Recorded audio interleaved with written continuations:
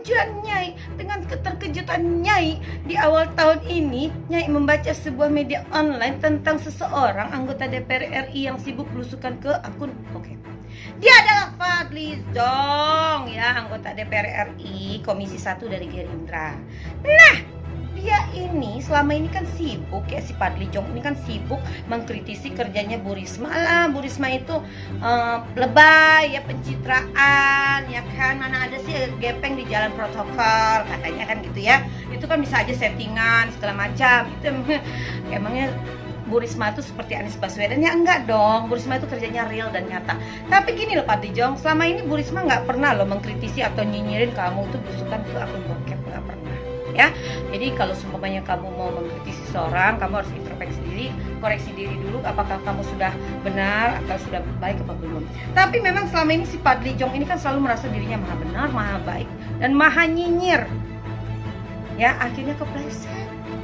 Mungkin yang tadinya dia mau klik akun Donald Bebek atau akunnya ikan lele atau ikan buntal, tapi ternyata yang kepencet akun bokep, ya. Anggota DPR RI tugasnya belusukan ke akun bokep. Wow, Nyai pikir manusia ini mati rasa, ternyata sama aja sama Rizik. Makanya yang dibela Rizik sih. Coba belain Nyai, coba belain Jokowi, ya kan? Gak mungkin belusukannya ke akun bokep. Bela Rizik ya udah pastilah. Rizik aja ngecek mesum, ya kan? Muncrat. Sayang. Muncrat di awal tahun. Oke, Fadly Zon, selamat belusukan ke akun bokep. Bye. Saya kira soal Fadly Zon hanya berhenti sampai tadi malam. Saya bayangkan dia akan menggerakkan para buzzer untuk mengcounter tagar Fadly Zon Zubir bokep agar segera hilang dari trending topik Twitter.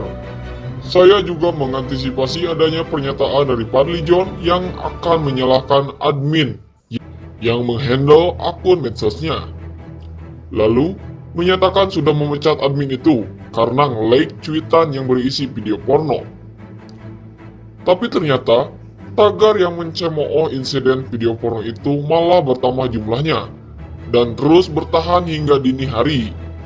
Seorang teman mengirimkan screenshot trending topik Indonesia pada jam 1.38 dini hari.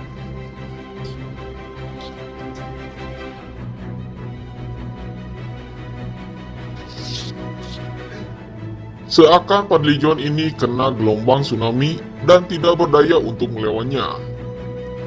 Kalau pagi ini sih, tagar-tagar itu sudah tidak ada. Namun, untuk sudah bertahan berjam-jam mengalahkan tagar-tagar K-pop, itu merupakan prestasi luar biasa. Itu baru tagar. Gelombang tsunami masih berdatangan, bukan hanya tagar, namun juga jejak-jejak digital yang dibongkar para netizen. Dapat aja ya, hehehe. Seperti kata Ferdinand Huta Hayan dalam cuitannya kepada Fadly Zon pagi ini, siap membantai juga siap dibantai.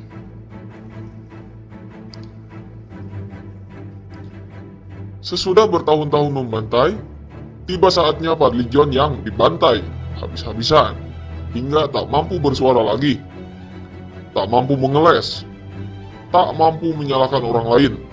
Dia pun meniru strategi Anies ketika sedang disalahkan ramai-ramai dan tidak bisa membantah, yakni diam saja. Tapi cara ini yang tidak akan dapat menahan gelombang tsunami yang terus datang. Ada 3 gelombang yang sedang menerpa Fadly Zon. Pertama, terbongkar bahwa ketika tagar Fadly Zon jubir bokep sedang trending, banyak netizen yang diblokir oleh Fadly Zon, sehingga tidak lagi bisa membaca cuitan-cuitannya. Soal ini bahkan sudah jadi berita di media, seperti dilansir sindonews.com. Diberitakan bahwa sejumlah netizen diblokir oleh Fadlijon, sehingga para netizen ini menyebut Fadlijon anti kritik. Kok saya diblokir, Pak? Kok tiap ada kritik dibungkam, bukan ditimbang? @Fadlijon, #FadlijonJubirBokep, tweet akun Twitter Satir. Betul sekali, pemblokiran akun netizen oleh seorang wakil rakyat adalah bentuk kelakuan anti kritik. Fadlijon adalah wakil semua rakyat, yang digaji dengan duit rakyat. Dia harus bekerja untuk semua rakyat, tidak hanya sohib-sohibnya sendiri dan FPI. Kelakuan memblokir akun netizen sama saja dengan membungkam rakyat. Belagak menuduh pemerintah Presiden Jokowi anti kritik, ketika dia sendiri yang kena malah menjilat ludah sendiri. Tidak salah kan perkataan netizen? Kedua, netizen juga membongkar pernyataan Fadlijon pada tahun 2017 yang menyebut bahwa dia sendiri yang main Twitter, dilansir kompas.com.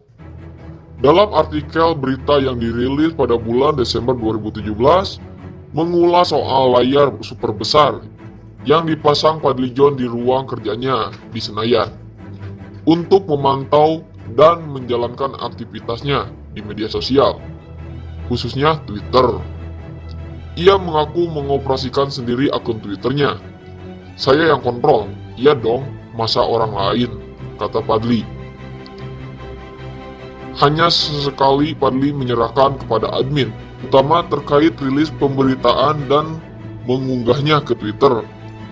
Fadli mengaku lebih nyaman nge-tweet melalui layar besar itu, terutama saat memantau isu politik. Ada Jokowi, kami pantau juga, hahaha, ini hebat juga, ini canggih lah. Pak Fakri juga aktif, ujarnya. Jadi, Fadlijon susah ngeles dan menyalahkan adminnya. Kan dia selalu memantau di layar super besar itu. Mau ngeles gimana lagi? Hehe. Ketiga, ini netizen plus 62. Hebat bener ya. Dapat aja berita tahun 2011 di dalam berita yang dilansir republik.co.id. Dikutip pernyataan Munarman dari FPI, yap, the one and only, Munarman of FPI. Munarman menyatakan bahwa anggota DPR yang terbukti dengan sengaja menyaksikan video porno agar mundur dari jabatannya. Di Amerika Serikat, kasus seperti ini, anggota dewan yang membuka video porno pernah terjadi dan akhirnya sang anggota itu mundur. Ini bisa dilakukan oleh anggota DPR, ujar Munarman. Ini menanggapi anggota DPR dari fraksi PKS, Arief Finto, yang waktu itu ketahuan menonton video porno di gadgetnya saat sidang paripurna. Akhirnya, Arief Finto mengundurkan diri dari jabatan anggota DPR sebagai bentuk bertanggung jawab atas skandal yang mencoreng nama PKS.